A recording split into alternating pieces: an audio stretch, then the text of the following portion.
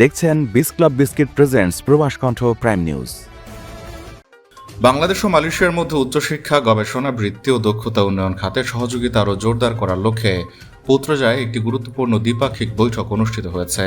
বাংলাদেশের প্রধানমন্ত্রীর শিক্ষা ও শ্রম ও কর্মসংস্থান বিষয়ক উপদেষ্টা মাহাদি আমিন মালয়েশিয়ার উচ্চশিক্ষা মন্ত্রণালয়ে দেশটির উচ্চশিক্ষা মন্ত্রী জামরি আব্দুল কাদিরের সঙ্গে বৈঠক করেন।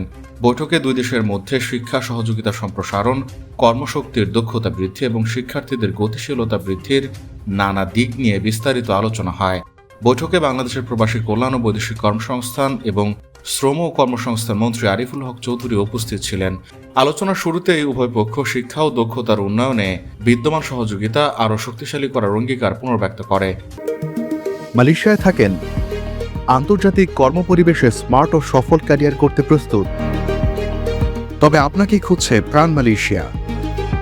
সমগ্র মালয়েশিয়া জুড়ে বিভিন্ন পদে আপনি হতে পারেন আমাদের পরবর্তী টিম মেম্বার। আপডেটেড সিভি সহ হোয়াটসঅ্যাপ করুন এই নম্বরে।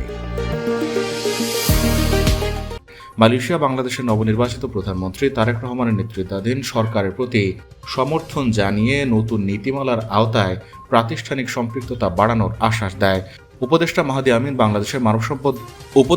আমিন বাংলাদেশের মানব সম্পদের বৈশ্বিক প্রতিযোগিতার সক্ষমতা বৃদ্ধির লক্ষ্যে আন্তর্জাতিক শিক্ষার সুযোগ সম্প্রসারণের উপর গুরুত্ব আরোপ করেন। তিনি মালয়েশিয়ায় বাংলাদেশি শিক্ষার্থীদের জন্য বৃত্তির সংখ্যা বৃদ্ধি এবং বহুমুখী শিক্ষাক্ষেত্রে সুযোগ সম্প্রসারণের প্রস্তাব দেন। তিনি একটি সুসংগঠিত বৃত্তি কাঠামোর প্রয়োজনীয়তার উপর জোর দিয়ে বলেন, এটি শুধু একাডেমিক উৎকর্ষ নয়, বরং বিদেশে অধ্যয়নরত শিক্ষার্থীদের কল্যাণ, নিরাপত্তা ও সামাজিক একীভূতকরণও নিশ্চিত করবে। বৈঠক শেষে উভয় পক্ষ বৃত্তি কাঠামো শক্তিশালী করা, শিক্ষার্থী সহায়তা ব্যবস্থা উন্নত করা এবং দুই দেশের জনগণের মধ্যে দীর্ঘমেয়াদী সম্পর্ক গভীর করার বিষয়ে একমত হন। এই সহযোগিতা ভবিষ্যতে একটি টেকসই অর্থনৈতিক ও জ্ঞান ভিত্তিক অংশীদারিত্ব গড়ে তুলতে গুরুত্বপূর্ণ ভূমিকা রাখবে বলে আশা করা হচ্ছে। প্রবাস কণ্ঠ নিউজ ডেস্ক।